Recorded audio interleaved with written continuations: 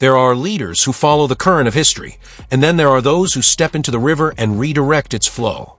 Jesse Jackson was one of those rare figures whose voice seemed to echo far beyond the rooms he stood in. A Baptist minister, civil rights strategist, political activist, and tireless advocate for the marginalized, he spent more than 6 decades pressing America to live up to its own promises. When he passed away on February 17, 2026, at the age of 84, he left behind a legacy woven into the fabric of modern American politics. At the time of his death, his net worth was estimated at $4 million, but his true wealth was measured in movements sparked, barriers broken, and hope sustained. Born Jesse Louis Burns on October 8, 1941, in Greenville, South Carolina, his story began under complicated circumstances. His mother, Helen Burns, was just 16 years old when she became pregnant by her 33-year-old married neighbor, Noah Lewis Robinson, a former boxer. 2 years later, she married Charles Henry Jackson, who adopted Jesse and gave him his surname. Throughout his life, Jackson maintained relationships with both men, often reflecting on how the tension between rejection and belonging shaped his hunger for affirmation and achievement. The emotional complexity of his early years became fuel for the empathy and ambition that later defined him. He grew up in a deeply segregated South governed by Jim Crow laws that regulated daily existence with quiet cruelty. Separate entrances, segregated water fountains, and the humiliating requirement to sit at the back of buses were not abstract injustices to him. They were lived realities.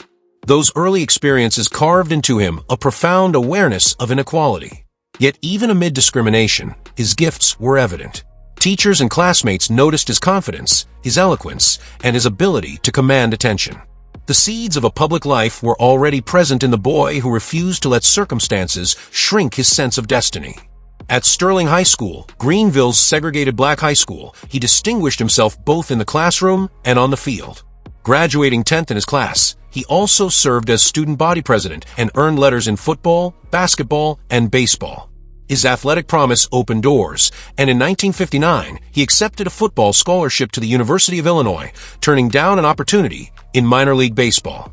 It was a significant step, but the transition exposed him to another dimension of racism. Though no longer in the Jim Crow South, he felt isolated at the predominantly white institution. After his freshman year, he transferred to North Carolina A&T State University, a historically black college, in Greensboro. At North Carolina A&T, he flourished. The environment nurtured both his intellect and his activism. He became student body president, joined Omega Psi Phi fraternity, and immersed himself in the wave of protest that followed the Greensboro sit-ins of 1960. The campus was alive with urgency and moral clarity, and Jackson found himself drawn into the expanding civil rights struggle.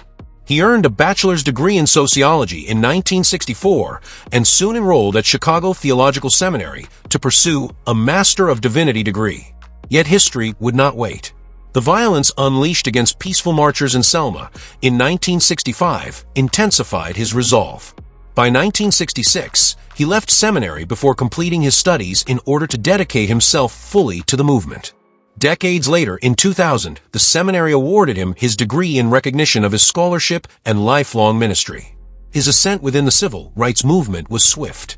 While still a student, he had taken part in a sit-in at a segregated Greenville library.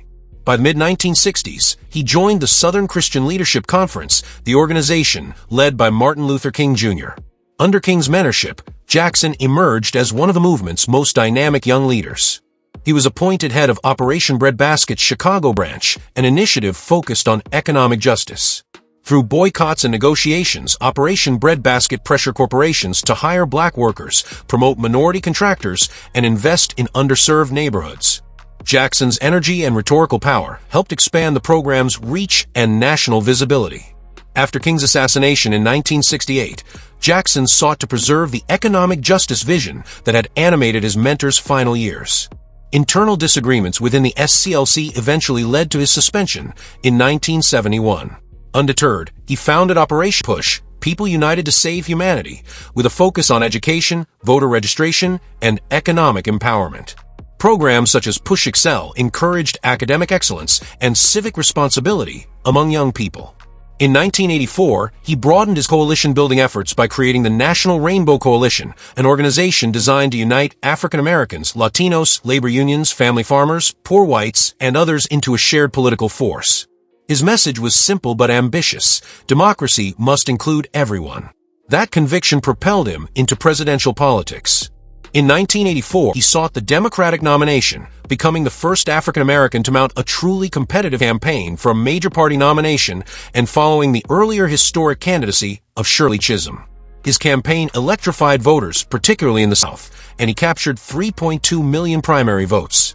Though he did not secure the nomination, his speech at the Democratic National Convention, punctuated by the unforgettable refrain, "Keep Hope Alive," resonated across the nation and cemented his status as a transformative political voice. He returned to the race in 1988 with a stronger, more organized operation. This time, he won several primaries and caucuses and secured nearly 7 million votes, claiming 29% of the Democratic primary electorate. While the nomination ultimately went to Michael Dukakis, Jackson's performance shattered assumptions about the viability of black candidates on the national stage.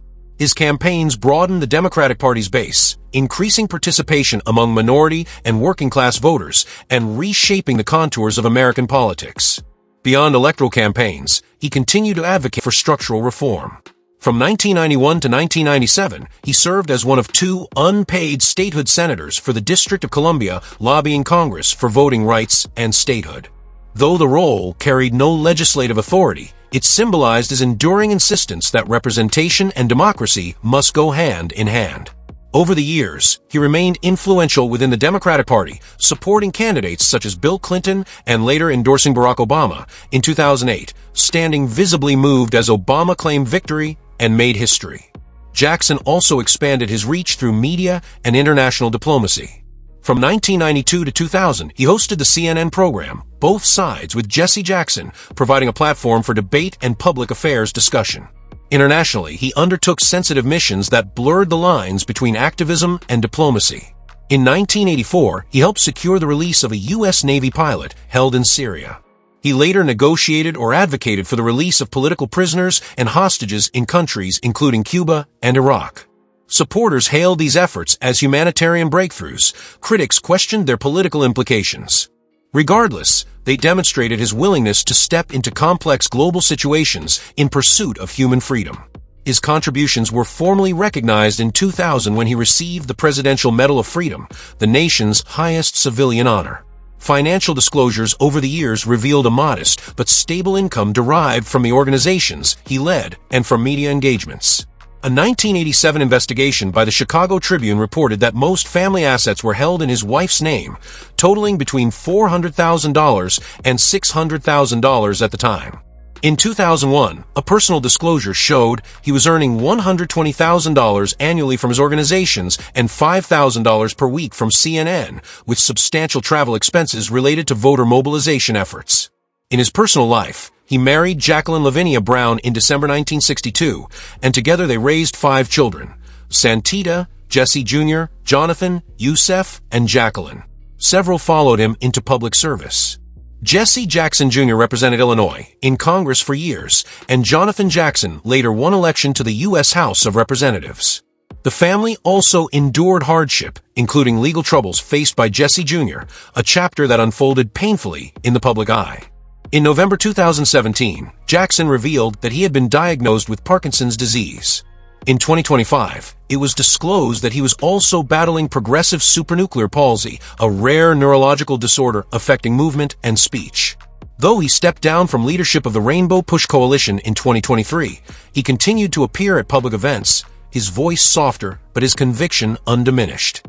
Even as his health declined, his commitment to justice never wavered. When Jesse Jackson died in 2026, the tributes reflected the breadth of his influence. He had been a bridge between generations, a protégé who became a pioneer, a preacher who became a presidential contender. His life traced the arc of modern civil rights history, from segregated buses to multiracial political coalitions. Through victories and controversies alike, he remained steadfast in his belief that inclusion was not optional but essential. Long after his voice fell silent, the echo of his message endures. Hope is not a slogan, it is a discipline, and it must be kept alive.